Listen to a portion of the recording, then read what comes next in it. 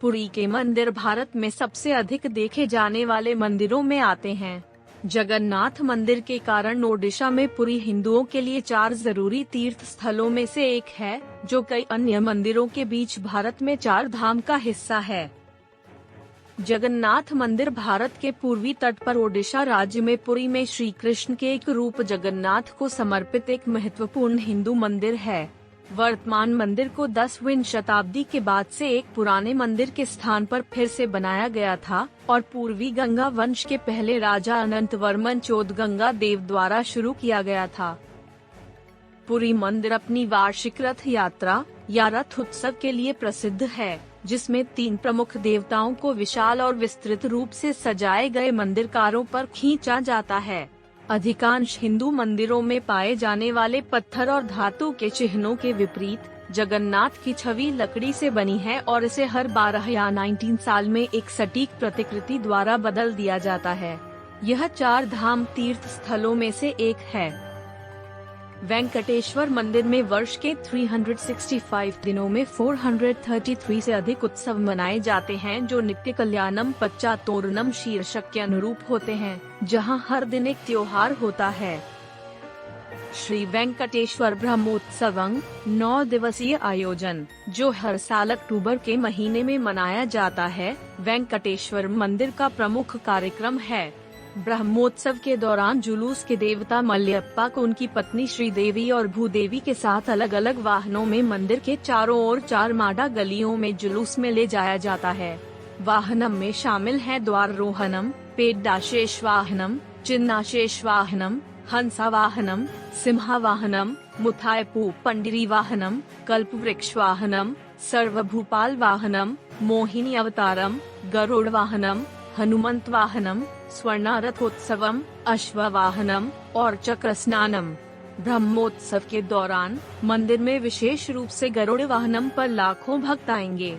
वैकुंठ एकादशी, जिस दिन यह माना जाता है कि वैकुंठ द्वारम खोले जाएंगे, और सबसे महत्वपूर्ण वैष्णवी त्योहार तिरुमाला में भव्यता के साथ मनाया जाता है। तिरुमाला वेंकटेश्वर मंदिर एक ही दिन में भक्तों से भर जाएगा, जिनकी संख्या 1,50,000 तक पहुंच जाएगी। विशेष प्रवेश द्वार के माध्यम से वेंकटेश्वर के दर्शन करने के लिए, जो वैकुंठ द्वारम नामक आंतरिक गर्भगृह को घेरता है। रथ सप्तमी एक और त्योहार है, जिसे फरवरी के दौरान मनाया जाता है, जब वेंकटेश्वर के जुलूस देवता मलयप्पा को सुबह से देर रात तक शुरू होने वाले 7 अलग अलग वाहनों पर मंदिर के चारों ओर एक जुलूस में ले जाया जाता है।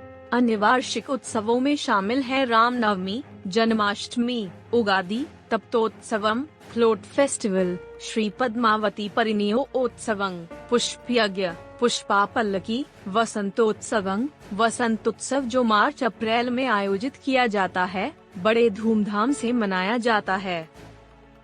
मंदिर का निर्माण गंगा वंश के राजा अनंत वर्मन चौदगंगा ने 12वीं शताब्दी ईस्वी में किया था, जैसा कि उनके वंशज नरसिम्हदेव द्वितीय के केंदुपट्टन ताम्रपत्र शिलालेख से पता चलता है। अनंत वर्मन मूल रूप से एक शैव थे और 1112 सीई में उत्कल क्षेत्र, जिसमें मंदिर स्थित है, पर विजय प्राप्त करने के कुछ समय बाद वे वैष्णव बन गए। 1134 to 1135 ई के एक शिलालेख में मंदिर के लिए उनके दान को दर्ज किया गया है। मंदिर निर्माण का कार्य 1112 ईस्वी के कुछ समय बाद शुरू हुआ होगा। मंदिर के इतिहास में एक कहानी के अनुसार इसकी स्थापना अनंग भीमदेव II द्वारा की गई थी। विभिन्न कालक्रम में निर्माण के वर्ष का उल्लेख 1196, 1197, 1205, 1216 या 1226 के रूप में किया गया है। इससे पता चलता है कि मंदिर का निर्माण पूरा हो गया था या अनंत वर्मन के पुत्र अनंग भीम के शासनकाल के दौरान मंदिर का जीर्णोद्धार किया गया था। मंदिर परिसर को बाद के राजाओं के शासनकाल के दौरान विकसित किया गया था, जिसमें गंगा वंश और सूर्यवंशी गजपति वंश शामिल थे। जगन्नाथ, बलभद्र और सुभद्रा मंदिर में पूजे जाने वाले देवताओं की तिकड़ी हैं। मंदिर के आंतरिक गर्भगृह में इन 3 देवताओं की मूर्तियां हैं, जिन्हें पवित्र नीम के लट्ठों से उकेरा गया है। जिन्हें दारू के नाम से जाना जाता है, जो कि रत्नाबेदी या रत्नाबेदी पर बैठे हैं। साथ ही सुदर्शन चक्र, मदन मोहन, श्रीदेवी और विश्वधात्री की मूर्तियां भी हैं। देवताओं को ऋतु के अनुसार विभिन्न वस्त्रों और रत्नों से अलंकृत किया जाता है। इन देवताओं की पूजा मंदिर के निर्माण से पहले की है और हो सकता है कि इसकी उत्पत्ति एक प्राचीन आदिवासी मंदिर में हुई हो। किंवदंती के अनुसार पहले जगन्नाथ मंदिर का निर्माण भरत और सुनंदा के पुत्र राजा इंद्रद्युम्न और महाभारत और पुराणों में वर्णित एक मालव राजा द्वारा किया गया था।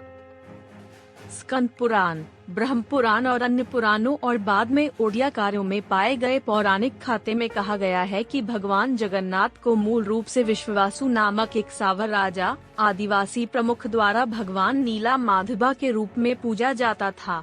देवता के बारे में सुनकर राजा इंद्रद्युम्न ने एक ब्राह्मण पुजारी विद्यापति को देवता का पता लगाने के लिए भेजा, जिसकी विश्ववासु ने गुप्त रूप से घने जंगल में पूजा की थी। विद्यापति ने बहुत कोशिश की लेकिन जगह का पता नहीं लगा सके, लेकिन अंत में वह विश्ववासु की बेटी ललिता से शादी करने में कामयाब रहे। विद्यापति के बार बार अनुरोध पर विश्ववासु ने अपने दामाद को एक गुफा में बंद कर दिया, जहां भगवान नीला माधवा की पूजा की जाती थी। विद्यापति बहुत बुद्धिमान थे। रास्ते में उसने राई जमीन पर गिरा दी। कुछ दिनों के बाद बीज अंकुरित हुए, जिससे उन्हें बाद में गुफा का पता लगाने में मदद मिली। उनकी बात सुनकर राजा इंद्रद्युम्न देवता को देखने और उनकी पूजा करने के लिए तीर्थ यात्रा पर तुरंत ओद्र देश ओडिशा के लिए रवाना हुए, लेकिन देवता गायब हो गए थे। राजा निराश हो गया। देवता रेत में छिपे थे। राजा ने ठान लिया था कि वह देवता के दर्शन किए बिना वापस नहीं लौटेगा और नीला पर्वत पर आमरण अनशन किया। तब एक दिव्य आवाज ने पुकारा, तुम उसे देखोगे। बाद में राजा ने एक घोड़े की बलि दी और विष्णु के लिए एक शानदार मंदिर का निर्माण किया। नारद द्वारा लाई गई नरसिंह मूर्ति को मंदिर में स्थापित किया गया था। नींद के दौरान राजा को भगवान जगन्नाथ के दर्शन हुए। साथ ही एक सूक्ष्म आवाज ने उन्हें समुद्र के किनारे सुगंधित वृक्ष प्राप्त करने और उससे मूर्तियां बनाने का निर्देश दिया। तदनुसार राजा ने भगवान जगन्नाथ, बलभद्र, सुभद्रा और चक्र सुदर्शन की छवि को दिव्य वृक्ष की लकड़ी से बनाकर मंदिर में स्थापित कर दिया। राजा इंद्रद्युम्न ने जगन्नाथ के लिए दुनिया का सबसे ऊंचा स्मारक बनवाया। यह 1000 हाथ ऊंचा था। उन्होंने ब्रह्मांड के निर्माता भगवान ब्रह्मा को मंदिर और छवियों को पवित्र करने के लिए आमंत्रित किया। इसी उद्देश्य से ब्रह्मा स्वर्ग से आए। मंदिर को देखकर वे उस पर बहुत प्रसन्न हुए। ब्रह्मा ने इंद्रद्युम्न से पूछा कि वह ब्रह्मा किस तरह से राजा की इच्छा पूरी कर सकते हैं, क्योंकि भगवान विष्णु के लिए सबसे सुंदर मंदिर बनाने के लिए उनसे बहुत प्रसन्न थे। इंद्रद्युम्न ने हाथ जोड़कर कहा, हे प्रभु, यदि आप वास्तव में मुझ पर प्रसन्न हैं, तो कृपया मुझे एक बात का आशीर्वाद दें, और वह यह है कि मैं निर्विकार हो जाऊं और मैं अपने परिवार का अंतिम सदस्य बन जाऊं। यदि उसके बाद कोई जीवित रहता है, तो वह केवल मंदिर के मालिक के रूप में गर्व महसूस करेगा और समाज के लिए काम नहीं करेगा। भगवान जगन्नाथ मंदिर की उत्पत्ति से संबंधित पारंपरिक कहानी यह है कि यहाँ द्वापर युग के अंत में जगन्नाथ, विष्णु का एक देवता रूप की मूल छवि एक बरगद के पेड़ के पास एक इंद्रनीला मणि या नीले रंग के रूप में समुद्र तट के पास प्रकट हुई थी। गहना यह इतना चकाचौंध था कि यह तुरंत मोक्ष प्रदान कर सकता था, इसलिए भगवान धर्म या यम इसे पृथ्वी में छिपाना चाहते थे और सफल रहे। कलयुग में मालवा के राजा इंद्रद्युम्न उस रहस्यमयी छवि को खोजना चाहते थे और ऐसा करने के लिए उन्होंने अपने लक्ष्य को प्राप्त करने के लिए कठोर तपस्या की। तब विष्णु ने उसे निर्देश दिया कि वह पूरी समुद्र तट पर जाए और उसकी सून से एक छवि बनाने के लिए एक तैरता हुआ लोग ढूंढे। राजा को लकड़ी का लट्ठा मिला।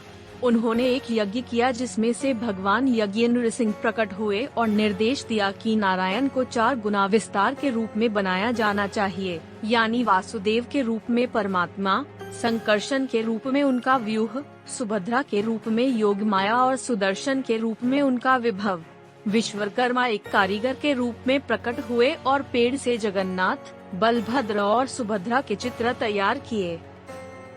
जब प्रकाश से दीप्तिमान यह लट्ठा समुद्र में तैरता हुआ देखा गया तो नारद ने राजा से कहा कि इससे 3 मूर्तियां बनाओ और उन्हें एक मंडप में रख दो। इंद्रद्युम्न ने देवताओं के वास्तुकार विश्वकर्मा को मूर्तियों को रखने के लिए एक शानदार मंदिर बनाने के लिए कहा और विष्णु स्वयं एक बढ़ई की आड़ में मूर्तियों को बनाने के लिए इस शर्त पर प्रकट हुए कि जब तक वह काम पूरा नहीं कर लेते तब तक उन्हें बिना रुके छोड़ दिया जाएगा।